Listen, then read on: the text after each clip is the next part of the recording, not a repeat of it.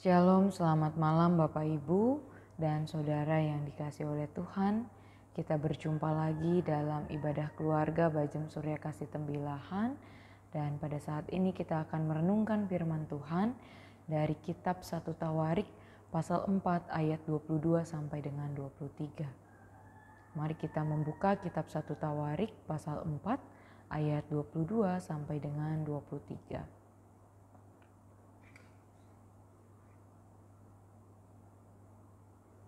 Bapak Ibu Saudara yang dikasihi oleh Tuhan, jika kita sudah mendapatkan pembacaan Alkitab kita pada malam hari ini, mari kita satukan hati dan pikiran, kita berdoa mohon tuntunan Roh Kudus Tuhan.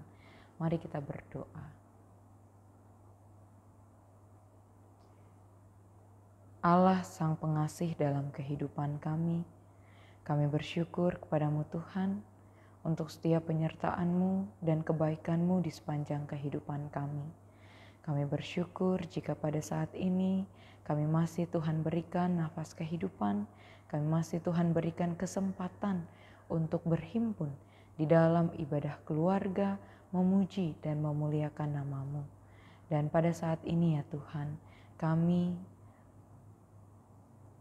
hamba-hamba-Mu akan bersama-sama membaca dan merenungkan firman-Mu.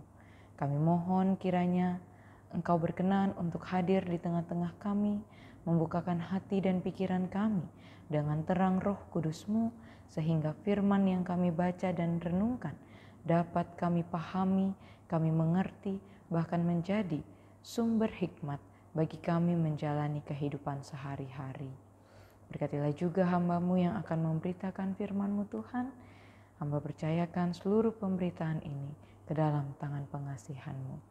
Terima kasih ya Tuhan, ini doa kami dalam nama Yesus Kristus. Kami berdoa dan memohon. Amin. Jemaat yang dikasihi oleh Tuhan, pembacaan kita dari kitab 1 Tawarik pasal 4 ayat 22 sampai dengan 23 demikian. Lalu Yokim dan orang-orang Koseba, lagi Yoas dan Saraf yang menguasai Moab dan kemudian pulang ke Betlehem. Riwayat-riwayat ini tua. Mereka ini adalah tukang-tukang periuk yang diam di Netaim dan Gedera. Mereka diam di sana dan bekerja untuk raja. Demikian pembacaan Alkitab, terpujilah Kristus, haleluya. Jemaat yang dikasihi oleh Tuhan, pada saat ini pembacaan kita adalah dari kitab 1 Tawarik pasal 4 ayat 23 sampai dengan 22 sampai dengan 23. Dan di dalam ayat 22 sampai dengan 23 ini kita melihat cerita tentang Yoas dan Saraf yang adalah tukang-tukang periuk yang diam di Netaim dan Gedera. Dan dikatakan di sini bahwa mereka diam di sana dan bekerja untuk raja. Nah, Bapak Ibu dan Saudara yang dikasihi oleh Tuhan, sebagai tukang-tukang periuk, Yoas dan Saraf ini merupakan orang yang sangat terkenal pada zaman Yoyakim itu.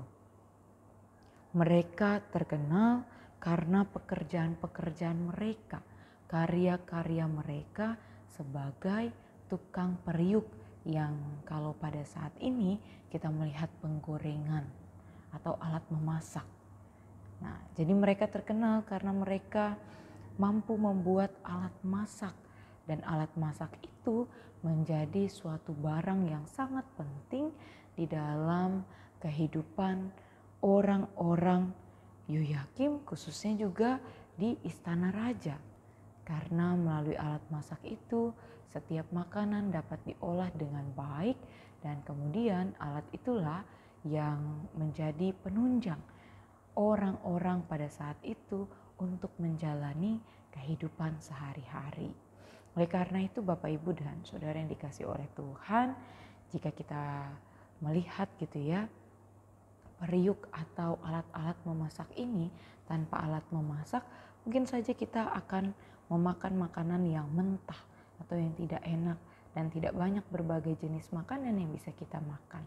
Oleh karena itu kita bersyukur dengan adanya pengrajin-pengrajin atau tukang periuk ini yang melalui karyanya kita dapat mengelola setiap bahan-bahan makanan menjadi makanan yang enak dan bergizi bagi jiwa dan tubuh kita. Nah, oleh karena itu Bapak Ibu dan Saudara yang dikasih oleh Tuhan, firman pada saat ini mau memperlihatkan kepada kita bahwa karya yang sederhana sekalipun jika itu dapat berdampak bagi orang banyak, maka karya itu akan menjadi karya yang sungguh luar biasa. Bahkan orang yang berkarya itu akan menjadi orang yang terkenal dan menjadi berkat di dalam kehidupan di tengah-tengah dunia ini. Oleh karena itu Bapak Ibu dan Saudara yang dikasih oleh Tuhan, sebagai orang beriman, sebagai orang Kristen, kita seringkali diingatkan untuk menjadi garam dan terang di tengah-tengah dunia. Artinya apa? Artinya sebagai orang Kristen, kita dihimbau untuk terus berkarya di tengah-tengah dunia ini. Berkarya menjalani misi Allah dan bersama-sama dengan Allah kita menciptakan damai sejahtera di lingkungan sekitar kita. Dan oleh karena itu Bapak Ibu dan Saudara yang dikasih oleh Tuhan, untuk berkarya di tengah-tengah dunia ini tentu kita menyadari kita membutuhkan kekuatan daripada Tuhan. Kita membutuhkan pertolongan daripada Tuhan untuk kita dimampukan berkarya di tengah-tengah dunia ini. Karya yang seperti apa? Karya yang tentu saja sederhana. Seperti contohnya ketika kita berkarya dengan kita berkomitmen mau mengasihi sesama. Kita mau membantu sesama, menolong sesama kita, siapapun orangnya. Baik itu orang yang kita kenal maupun orang yang tidak kita kenal. Dan kalau kita melakukan karya itu di tengah-tengah dunia ini, maka nama Tuhan akan dipermuliakan. Dan kita yang melakukan karya itu pun akan dikenal sebagai orang yang baik. Kita akan memiliki reputasi yang baik. Bahkan kehadiran kita boleh dikenal sebagai orang baik yang menghadirkan damai sejahtera bagi sesama kita. Oleh karena itu Bapak Ibu dan Saudara yang di dalam dikasih oleh Tuhan, di dalam kehidupan ini sebagai orang beriman, tentu kita diutus Tuhan untuk berkarya di berbagai bidang kehidupan kita, baik di tengah-tengah keluarga, di dalam pekerjaan, di dalam usaha kita, bahkan di tengah-tengah persekutuan kita. Nah, sebagai orang yang diutus untuk berkarya, marilah kita berkarya dengan mempersembahkan yang terbaik untuk hormat dan kemuliaan nama Tuhan.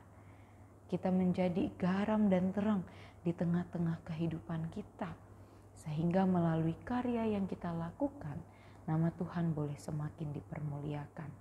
Dan oleh karena itu, untuk melakukan itu, contohnya Bapak Ibu di dalam kehidupan beriman kita sebagai orang yang tinggal di tengah-tengah keluarga, marilah kita menjadi anggota keluarga yang mau mengasihi sesama anggota kita. Bahkan di tengah-tengah pekerjaan kita sebagai orang Kristen, kita dipanggil untuk menjadi orang-orang Kristen yang berhikmat, yang cerdas, yang berintegritas, yang memberikan karya yang terbaik bagi usaha dan pekerjaan kita.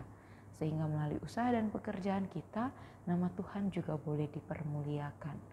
Dan karya kita boleh berdampak bagi sesama, bahkan orang-orang di sekitar kita. Dan oleh karena itu Bapak Ibu dan Saudara yang dikasih oleh Tuhan, jangan pernah jemu berkarya untuk hormat dan kemuliaan nama Tuhan. Karya yang sederhana sekalipun, jika itu kita lakukan dengan tujuan mempermuliakan nama Tuhan, maka karya itu akan berdampak luar biasa. Maka dalam kehidupan ini, jika kita melakukan suatu aktivitas ataupun kegiatan, maka kita harus punya satu tujuan, yaitu aktivitas dan kegiatan kita mau pakai sebagai sarana mempermuliakan nama Tuhan.